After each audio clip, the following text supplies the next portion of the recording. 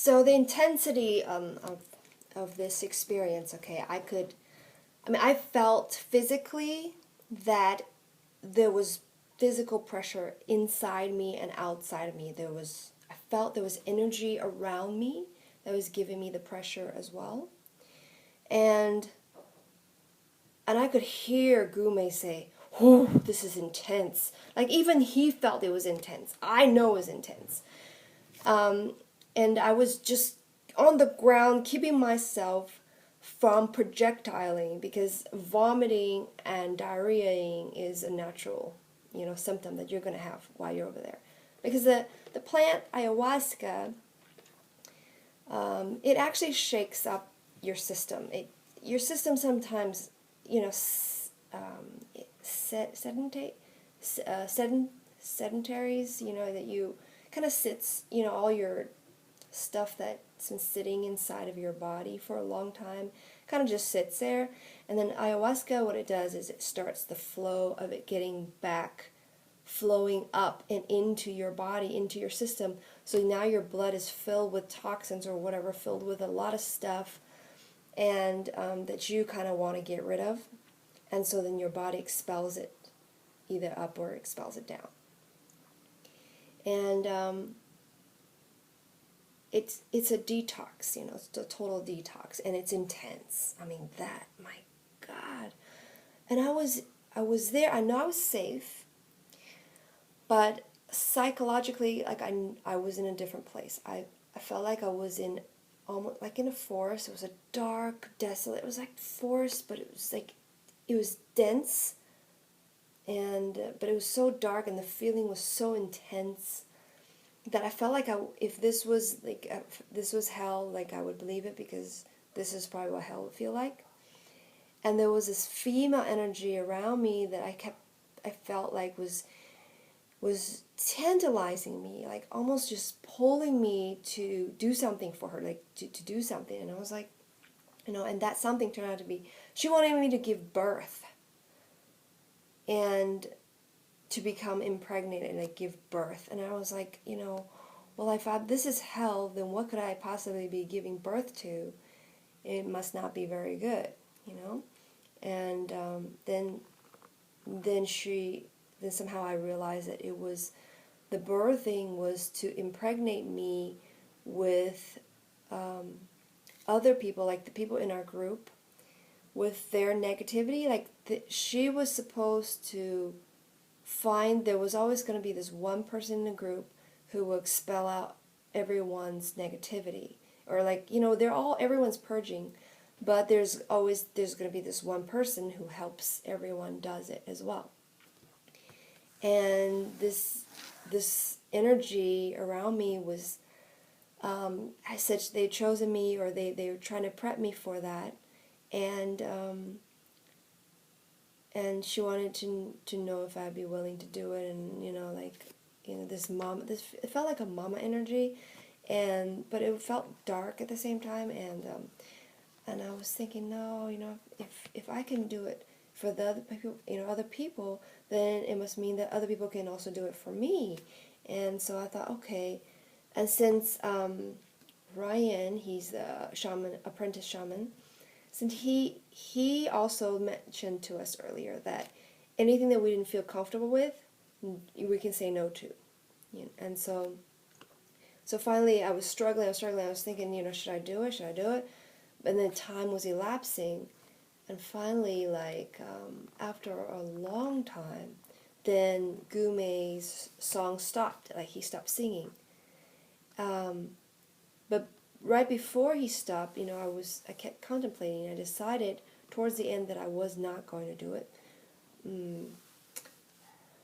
And then I start to see pictures, like little images here and there of me, like almost like little images of me doing things in different times, different locations, different events. And I was, maybe here I'll be here, maybe here I would be ironing, or here I would be making phone calls, or do something here, or making plans.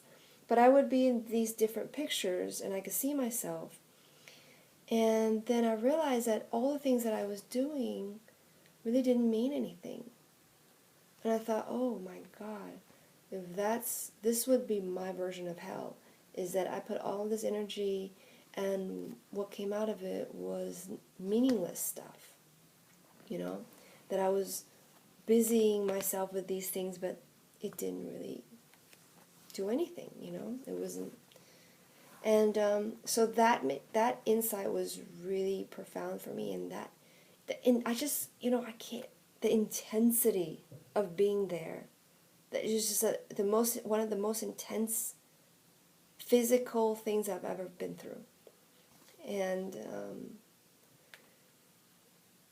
there was fear. I mean, you have to face your fear. Even going to the bathroom was fearful for me at the time, because I was totally, delusional at the time. I couldn't even walk straight, and I couldn't see anything because everything was pitch dark.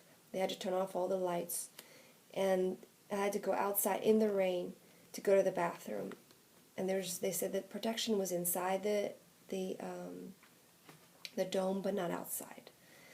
So I had to take up the courage just to go to the bathroom the first time, and then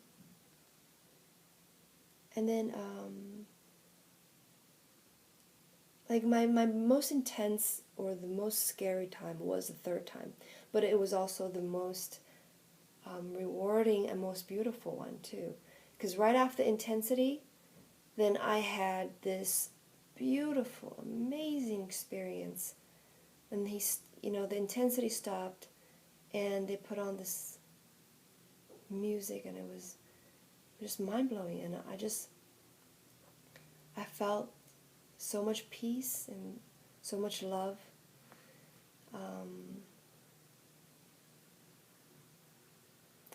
And one other notable experience is when I was still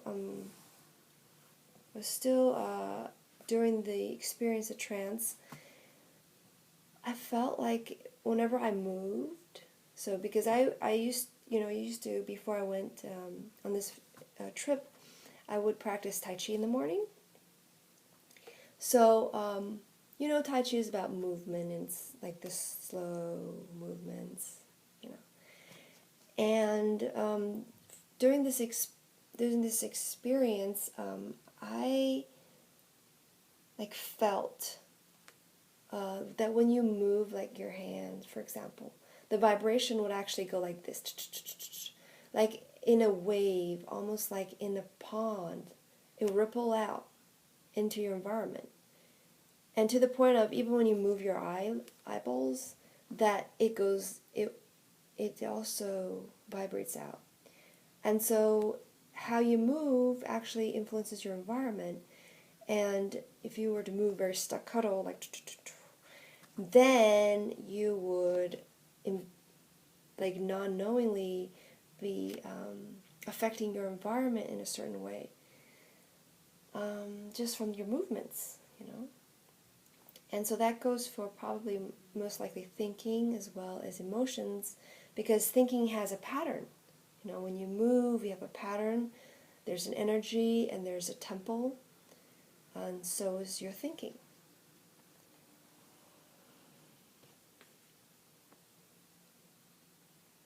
So, and there's this one point, this is all a very personal experience, so you have your own mat and you're keeping it to yourself. So I'm trying not to connect or not to look at other people.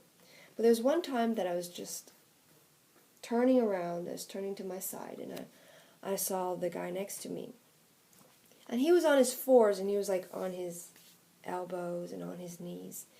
And they said that was a good posture to be in. And so I saw him on his fours, and then I saw that he was completely crusted over in this white crust, all over his face and his body.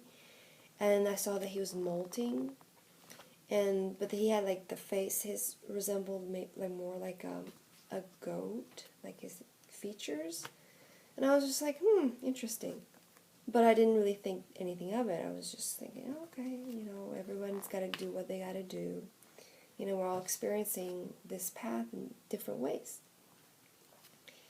And there was other people who had really dark experiences, or some really amazing ones too. And this one guy, was having this, he said he saw aliens, and he was on this alien civilization. He described it to us and what he saw during his psychedelic trip. And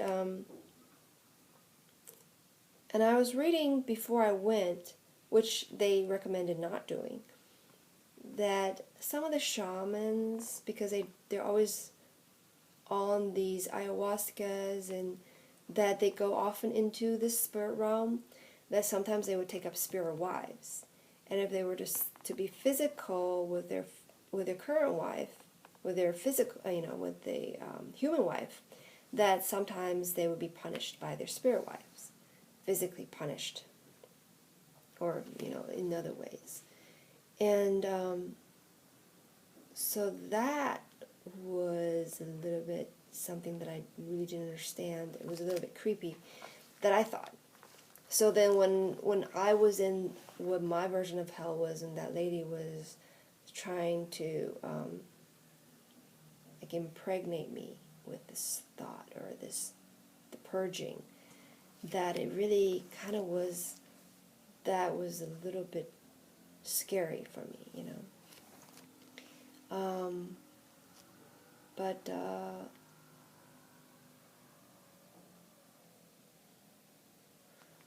But the next day, of course, we had to share some of our experiences, and they told me that it was just my own fear that you had to go through, and the things you were facing. So,